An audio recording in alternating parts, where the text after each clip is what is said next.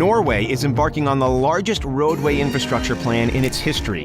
In fact, it may be the largest road revamp in the entire world. With a budget of $47 billion, this new coastal highway is going to connect areas of Norway that used to take 21 hours to travel between. It's going to bypass 7 different ferry crossings and cut travel time down by half. But how exactly is this possible? Well, by essentially creating the world's first ever floating highway. From state-of-the-art floating tunnels to how they're dealing with safety concerns. Here's a look inside Norway's ambitious new project. The almost 700-mile trip between the Norwegian cities of Kristiansand in the south and Trondheim in the north typically runs about 21 hours if you're traveling at an average of 30 miles an hour. That's over $200 in gas for a small car to travel just one way. Since 60% of Norway's exported goods are produced in the west coast, where a third of Norway's population also lives, there's a lot of traveling between cities to keep the country running. But with a new multi-billion-dollar road project, Norway hopes to cut travel times and the cost of gas to get there in half. With 7 different ferry crossings along the way, getting around Norway is anything but a piece of cake, especially when you realize that each crossing can take about 45 minutes and cost about $16. Tourists may enjoy the scenic route, but those traveling for business or even medical purposes aren't big fans of taking the long way. Fortunately, there will soon be a shortcut, thanks to the development of the new Coastal Highway Route E39. This $47 billion infrastructure project aims to replace the ferries with bridges and to create conventional tunnels as well as what could be the world's first floating tunnel to form the highway. The submerged roadway is essentially a pair of concrete tubes submerged about 100 feet below the water's surface. This new and more predictable transport system will be a great benefit to Norway's national economy.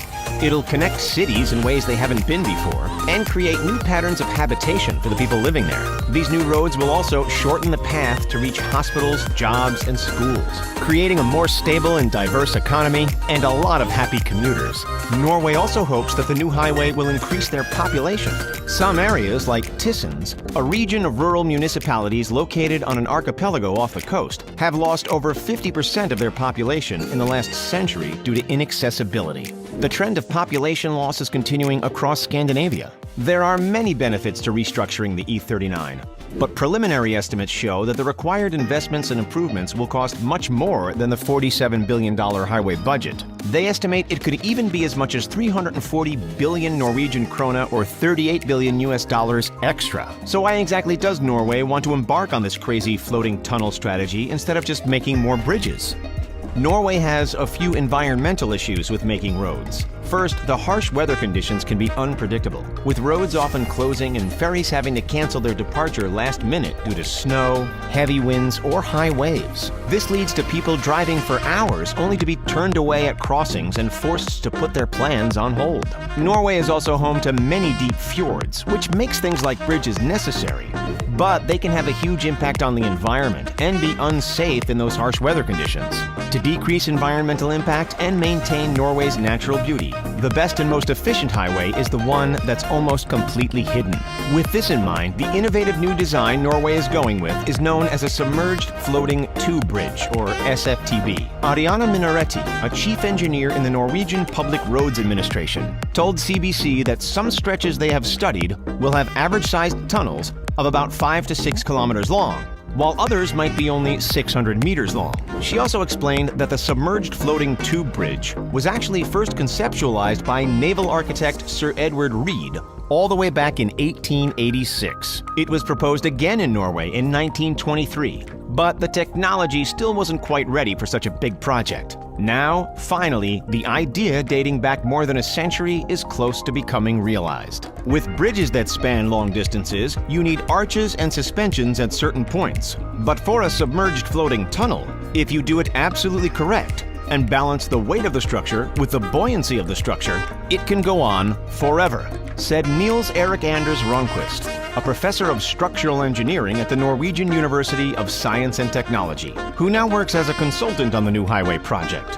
When a fjord is deeper than 100 meters or wider than 2 to 3 kilometers, the seabed is too deep for a traditional rock tunnel. because it implies the use of a huge amount of land on the shores. Suspension bridges seem like an obvious second choice, but the harsh winds can endanger travelers and force the closure of these bridges. But with a floating tunnel, all of these issues can be avoided. Though the floating tunnel is buoyant, the tube itself isn't actually floating.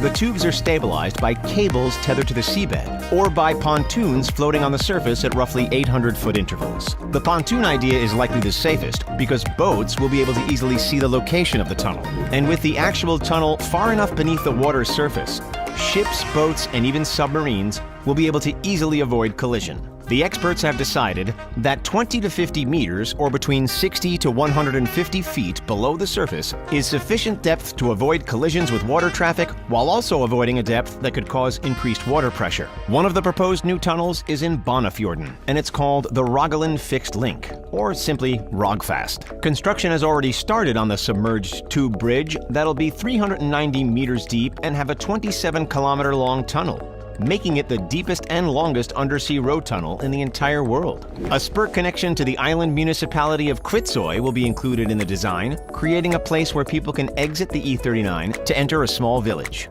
Like conventional tunnels, the floating tunnel will also have escape routes that motorists could take to return to the surface in case of an emergency.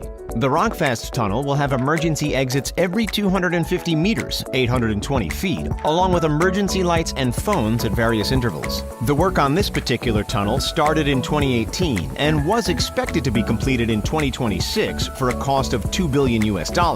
But with the project already overrunning cost estimates, it's now only expected to be completed by 2029. The government has proposed fundraising of an extra 1.3 billion Norwegian krone, or $145.5 million, and they plan to put a toll in place for 20 years after the tunnel's completion, with a fee of 150 krone per passage for light vehicles. That amounts to about $16, which is about the same price it would take you to hitch a ride on one of those ferries.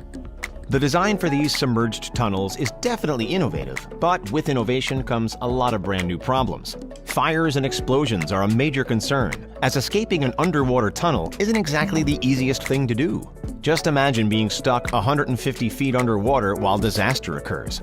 That possibility is enough to make even the most seasoned traveler anxious. Thankfully, Norway is already on the case to make sure their floating tunnels are as safe as possible. They have been testing small-scale fires and explosions in their tunnels to plan for cases where a truck is carrying dangerous goods or two large vehicles collide. They need to have a prepared and standardized exit strategy, as well as a response team that can quickly get down to the tunnels if anything goes wrong. Access for emergency services is absolutely crucial. However, the most challenging part of the design is getting to know the fjords and the best way to maneuver around or through them without causing any lasting environmental damage. Thankfully, the Norwegian Public Roads Administration has been studying Norway's natural landscape for years to best understand how automobiles and the environment can safely coexist. Even with their vast knowledge and research, the most challenging fjord to get right is the Sonja Fjord. At 3.7 kilometers wide and 1.3 kilometers deep at its lowest point. Nicknamed the King of the Fjords, it's the largest and deepest fjord in Norway, as well as the hardest to build upon. Experts are still evaluating whether some fjords, like this one, are even suitable for a submerged floating tube bridge. While they may be in the process of creating these tunnels, research is nowhere near complete. The Coastal Highway Route project is collaborating with 3 of the largest universities in the Nordic region: the Norwegian University of Science and Technology, the University of Stavanger, and Chalmers University of Technology. They have about 50 PhD candidates working on solving different engineering challenges related to the E39 project, including how to maintain the tunnels once they're constructed and make sure they never break. The group is also working on solving general roadway infrastructure issues in Norway, including the development of intelligent transport systems, using solar energy to create ice-free road surfaces in winter, and how to digitally operate and maintain their road structures. It's a lot of work, but figuring out all of these issues looks like it's going to be completely worth it for Norway. A continuous E39 highway that's accessible 24/7 despite harsh weather conditions will please inhabitants and tourists alike. As it is, Norway makes more than 50 billion krona, or $5.6 billion in tourism each year. But a new and more efficient roadway is expected to improve that number. The E39 will also create new links between islands and the mainland. encouraging more economic activity in areas that used to be a lot harder to visit. Norway hopes that their new floating highway will be accessible to traffic by 2050. It plans to be about 1,100 kilometers long by the end of construction, cutting back on all of the 7 ferry crossings plus an additional cutback of 50 kilometers of roadway. While this ambitious project might be the first structure of its kind, it definitely won't be the last. Engineers in Italy and China are already pursuing similar concepts. Now the only question is, who will finish first?